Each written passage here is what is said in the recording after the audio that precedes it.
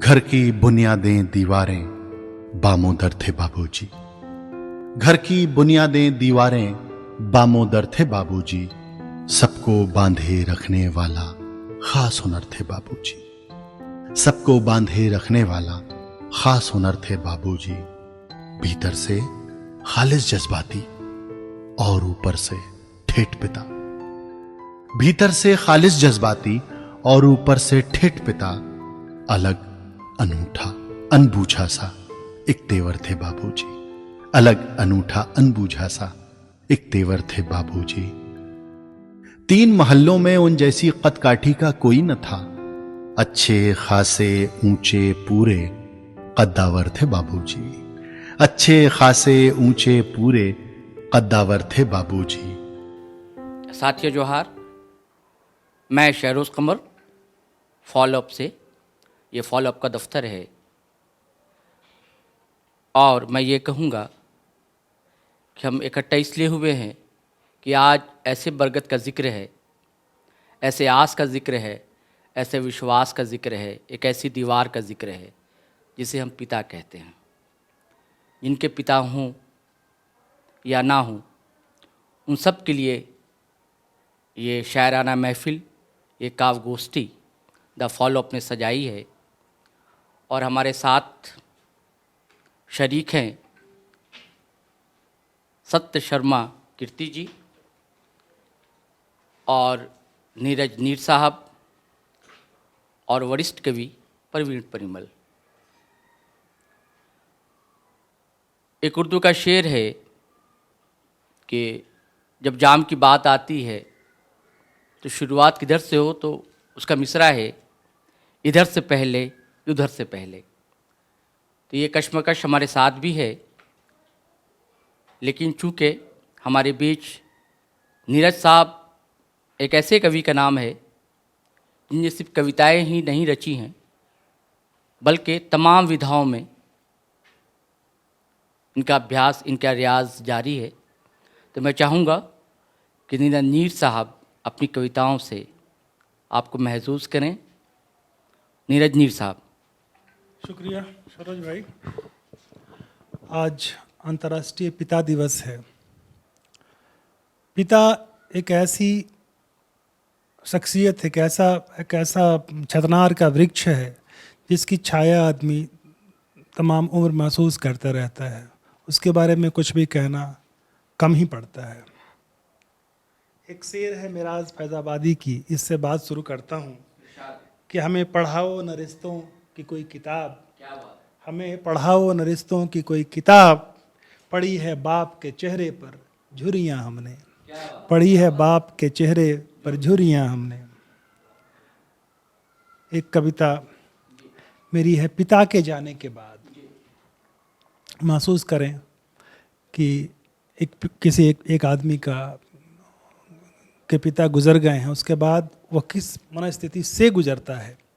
इस कविता में इस भाव को पिरोने की कोशिश की है कि वृक्ष के उखड़ने का शोक सबसे ज़्यादा उस किसान को नहीं होता जो खाता है उसका फल। वृक्ष के उखड़ने का शोक सबसे ज़्यादा उस किसान को नहीं होता जो खाता है उसका फल, बल्कि उस चींटी को होता है जिसने बनाई होती है वृक्ष की छाया में अपनी बाम्बी। बल्कि उस चींटी को होता है जिसने बनाई होती है वृक्ष की छाया में अपनी बाम्बी।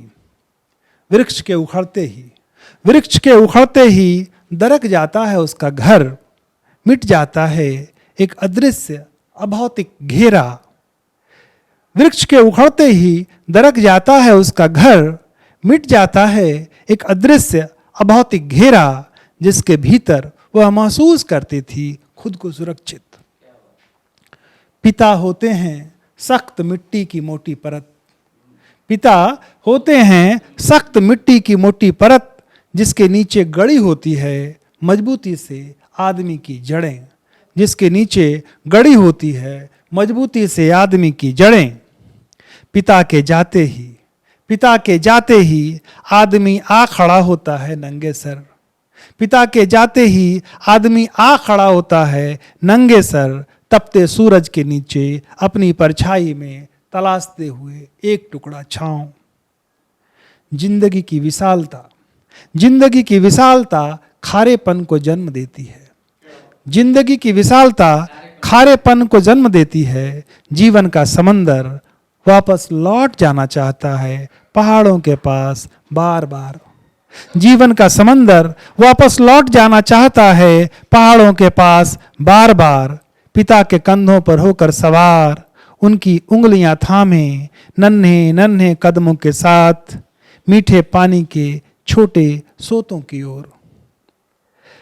पिता के कंधों पर होकर सवार, उनकी उंगलियां थामे नन्हे नन्हे कदमों के साथ मीठे पानी के छोटे सोतों की ओर।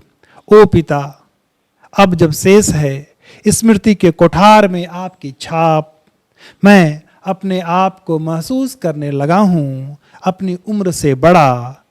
धीमे धीमे पहाड़ की ओर कदम बढ़ाते हुए, धीमे धीमे पहाड़ की ओर कदम बढ़ाते हुए। बहुत बहुत शुक्रिया, बहुत शुक्रिया, बहुत शुक्रिया।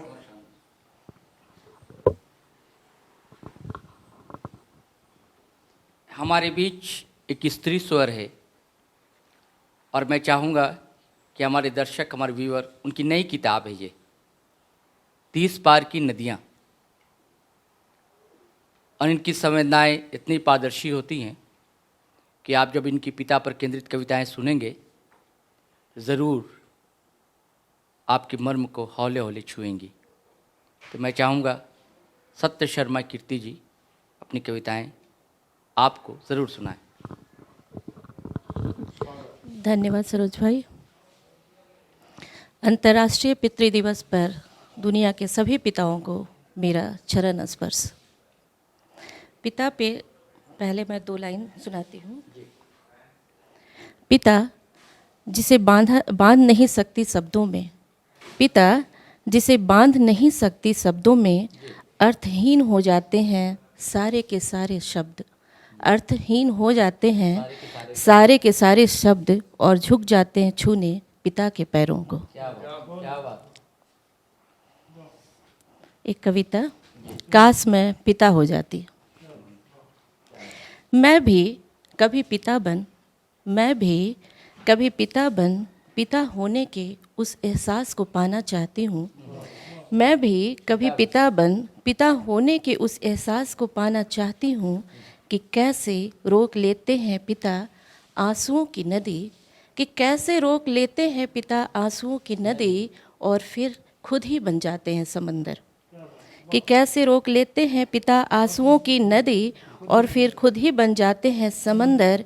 कि कैसे मुस्कुराते हैं पिता, कि कैसे मुस्कुराते हैं पिता जीवन के कठिन क्षणों में और खुद ही बन जाते हैं राहतों के पल। कि कैसे मुस्कुराते हैं पिता जीवन के कठिन क्षणों में भी और फिर खुद ही बन जाते हैं राहतों के पल। कि कैसे दिल थाम बने रहते हैं सहज और शांत पिता, कि कैसे दिल थाम बने रहते हैं सहज और शांत पिता अपनी जवान होती बेटियों को देखकर। कि कैसे अपने बेरोजगार बेटे को बंधाते हैं ढांढस, कि कैसे अपने बेरोजगार बेटे को बंधाते हैं ढांढस और संभालते हैं उसकी भी अनगढ़ गृहस्थी को। कि कैसे कि तंगी के दिनों में भी बच्चों पे आने नहीं देते परेशानियों के बादल। कि कैसे तंगी के दिनों में भी बच्चों पे आने नहीं देते कोई भी परेशानियों के बादल। कि कैसे कभी नहीं करते अपनी बीमारियों का जिक्र, कि कैसे कभी नहीं करते किसी से अपनी बीमारियों का जिक्र और होते जाते हैं खोखले अंदर ही अंदर। कि कैसे अपने पूरे परिवार से दूर किसी अनजान से शहर में गुजार देते हैं तमाम उम्र। कि कैसे अपने परिवार से दूर किसी अनजान से शहर में गुजार देते हैं अपनी तमाम उम्र ताकि परिवार के लिए जुटा सके सुविधाओं के दिन। कि कैसे अपनी बिटिया को सौंप देते हैं अजनबियों के हाथों और उभरने नहीं देते चेहरे पे दर्द के चिन्ह। कि कैसे छुपाते हैं अपने बुढ़ापे को, कि कैसे छुपाते हैं अपने बुढ़ापे को और अपने थकते शरीर को ढोते रहते हैं अपने ही कंधों पर। कि कैसे अपने आने वाले अंतिम क्षणों की आहट सुन भी, कि कैसे अपने आने वाले अंतिम क्षणों की आहट सुन भी बने रहते हैं अपनों के लिए एक मजबूत सी छत पिता। क्या बात है। हाँ एक बार पिता बन, हाँ एक बार पिता बन उनके एहसास को, उनके जज्बात को, उनके संस्कार को, उनकी ऊंचाई को, उनके हृदय की गहराई को छूना चाहती हूँ। हाँ एक बार पिता होना चाहती हूँ। बहुत सुंदर, बहुत सुंदर। धन्यवाद। बहुत अच्छी कविता है। पिता होना भी सहज नहीं होता। बिल्कुल नीरज साहब सही कह रहे हैं, पिता होना भी सहज नहीं होता। और मैं शुरुआत में परिचय में भूल गया था, नीरज साहब का भी एक कविता संकलन आया है, पीठ पर रोशनी, और ये लगातार लिख रहे हैं। और इससे पहले इनका एक कथा संग्रह भी आया था। और हमारी दुआएं हैं कि इनकी नई किताबें और जल्द आएँ। और हमारे बीच एक वरिष्ठ कवि हैं परवीन परिमल, ये गज़लें भी कहते हैं और गीत भी लिखते हैं और कविताएं तो बेजोड़ हैं ही। मगध के हुए रहने वाले, वो संस्कार भी शामिल हैं इनकी रचनाओं में, और वर्षों से झारखंड में हैं। तो मैं चाहूँगा, और उनकी भी किताब एक आई है और बहुत ही चर्चित किताब है, प्रेम का रंग नीला। और इनकी गज़लें देश के, मुझे लगता है कि जितने भी प्रमुख सिंगर हैं, गायक हैं, उनकी गज़लें उनके कंठ पर मचल रही हैं इन दिनों। तो ये महफिल तो गज़ल की है नहीं, हम पिता को याद करने जुटे हैं। तो मैं चाहूँगा कि इनकी जो अभिव्यक्ति है पिता पर, वो हम सबसे साझा करें। परवीन परिमल। नमस्कार, जोहार। अंतर्राष्ट्रीय पितृ दिवस की हार्दिक शुभकामनाएं देते हुए मैं अपनी कविता जो प्रस्तुत करने जा रहा हूं, उसका शीर्षक बता रहा हूं। शीर्षक है पिता, लाठी और चमरौधा। इसमें लाठी और चमरौधा दो ऐसे बिंब हैं जिनके बहाने पारिवारिक जिम्मेदारियों का जो पुष्ट दर पुष्ट ट्रांसफ़र होता है, हस्तांतरण होता है, उसकी तरफ इंगित किया है। और उसके निर्वहन में जो कठिनाइयाँ आती हैं, उसके लिए आत्मविश्वास की ज़रूरत होती है, उसके लिए एक बिंब लाठी का हमने लिया है। देखें इस कविता को कि पिता, लाठी और चमरौधा।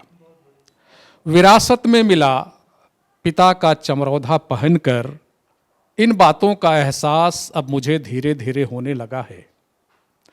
विरासत में मिला पिता का चमरौधा पहनकर, इन बातों का एहसास अब मुझे धीरे धीरे होने लगा है कि आखिर पिता लंगड़ाते क्यों थे, कि आखिर पिता लंगड़ाते क्यों थे। हाथों में अपने कद की तेल पियाई लाठी क्यों रखते थे, हाथों में अपने कद की तेल पियाई लाठी क्यों रखते थे। एड़ियों में चुभती कीलों और उंगलियों में पड़े घट्टों के बीच आपसी रिश्ता क्या है, अब बखूबी समझने लगा हूं मैं। एड़ियों में चुभती कीलों और उंगलियों में पड़े घट्टों के बीच आपसी रिश्ता क्या है, अब बखूबी समझने लगा हूं मैं।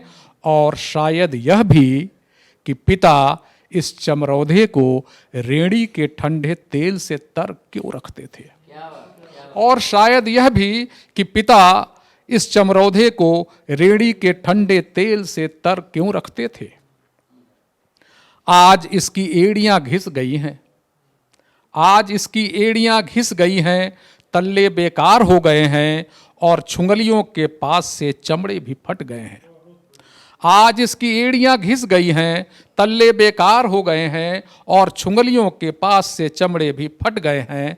साथ ही हाथों में थमी लाठी भी जगह जगह से घुन गई है, साथ ही हाथों में थमी लाठी भी जगह जगह से घुन गई है। फिर भी यह लाठी और चमरौधा मुझे प्राणों से बढ़कर प्यारा है, फिर भी यह लाठी और चमरौधा मुझे प्राणों से बढ़कर प्यारा है, क्योंकि इस अधिकार का एहसास ही कितना सुखद है, क्योंकि इस अधिकार का एहसास ही कितना सुखद है कि यह जैसा भी है अपना है, हमारा है, कि यह जैसा भी है अपना है, हमारा है। आज यदि मैं पिता से भी ज्यादा लंगड़ाने लगा हूं, आज यदि मैं पिता से भी ज्यादा लंगड़ाने लगा हूं, तो इसकी वजह शायद यही है कि मेरा पैर पिता के पैर से कुछ ज्यादा बड़ा है। क्या बात, क्या बात। आज यदि मैं पिता से भी ज्यादा लंगड़ाने लगा हूं, तो इसकी वजह शायद यही है कि मेरा पैर पिता के पैर से कुछ ज्यादा बड़ा है, या तेल की कमी के कारण चमरौधा ही जरूरत से ज्यादा कड़ा है, या तेल की कमी के कारण चमरौधा ही जरूरत से ज्यादा कड़ा है। खैर जो भी हो, अब अपने मन का हर एहसास मन में ही पालना है। खैर जो भी हो, अब अपने मन का हर एहसास मन में ही पालना है, और अपने बेटे को यह चमरौधा पूरा पूरा आने तक, और अपने बेटे को यह चमरौधा पूरा पूरा आने तक इसी लाठी के सहारे फटी विवाइयों के दर्द टालना है, फटी विवाइयों के दर्द टालना है, फटी विवाइयों के दर्द टालना है। शुक्रिया, बहुत बहुत धन्यवाद सरोज भाई। सत्या जी, नीरज साहब और परवीन परिमल के सुनने के बाद मेरी जरूरत नहीं है कि मैं अपनी कविताएं पढ़ूं, लेकिन मैं चाहता हूं कि आलोक श्रीवास्तव बहुत बड़ा नाम है, सिर्फ मंच का नहीं साहित्य का भी। आलोक श्रीवास्तव ने दिल्ली से और अपनी बहुत ही पुरानी गज़ल, बहुत अच्छी और बहुत ही मशहूर गज़ल भेजी है बाबूजी पर। घर की बुनियादें दीवारें बामोदर थे बाबूजी, घर की बुनियादें दीवारें बामोदर थे बाबूजी, सबको बांधे रखने वाला खास हुनर थे बाबूजी, सबको बांधे रखने वाला खास हुनर थे बाबूजी। भीतर से खालिस जज्बाती और ऊपर से ठेठ पिता, भीतर से खालिस जज्बाती और ऊपर से ठेठ पिता, अलग अनूठा अनबूझा सा एक तेवर थे बाबूजी, अलग अनूठा अनबूझा सा एक तेवर थे बाबूजी। 3 महल्लों में उन जैसी कद काठी का कोई न था, अच्छे खासे ऊंचे पूरे कद्दावर थे बाबूजी, अच्छे खासे ऊंचे पूरे कद्दावर थे बाबूजी, अच्छे खासे ऊंचे पूरे कद्दावर थे बाबूजी। अब तो उस सूने माथे पर कोरेपन की चादर है, अब तो उस सूने माथे पर कोरेपन की चादर है। अम्मा जी की सारी सज धज सब जेवर थे बाबूजी, अम्मा जी की सारी सज धज सब जेवर थे बाबूजी। भीतर से खालिस जज्बाती और ऊपर से ठेठ पिता, भीतर से खालिस जज्बाती और ऊपर से ठेठ पिता, अलग अनूठा अनबूझा सा एक तेवर थे बाबूजी। कभी बड़ा सा खर्च थे, कभी बड़ा सा खर्च थे, कभी हथेली की सूजन, कभी बड़ा सा खर्च थे, कभी हथेली की सूजन। मेरे मन का आधा साहस आधा डर थे बाबूजी, मेरे मन का आधा साहस।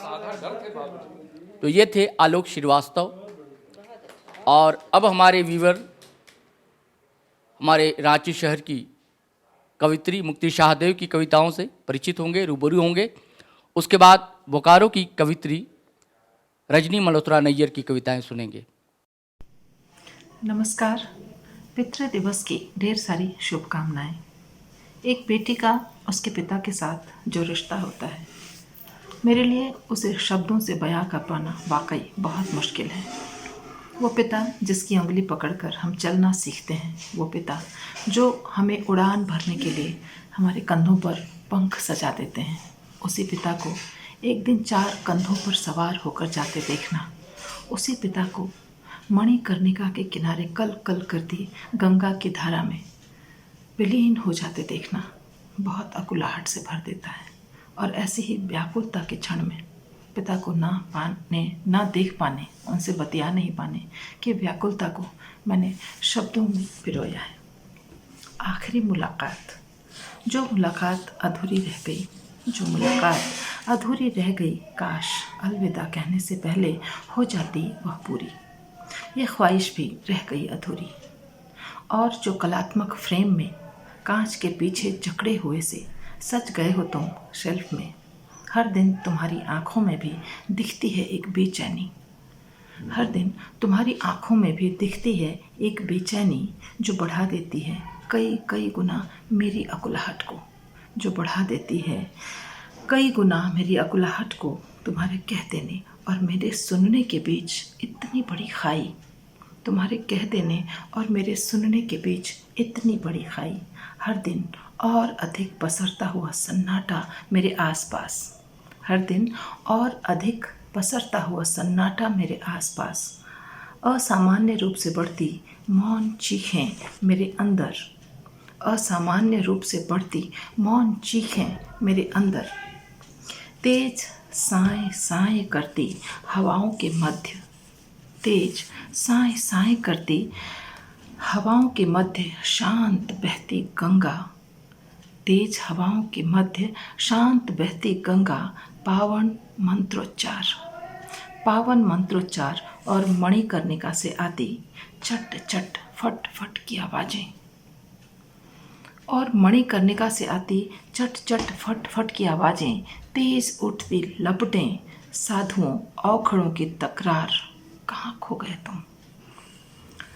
शांत बहती गंगा, पावन मंत्रोच्चार और मणिकर्णिका से आती चट चट फट फट की आवाज़ें।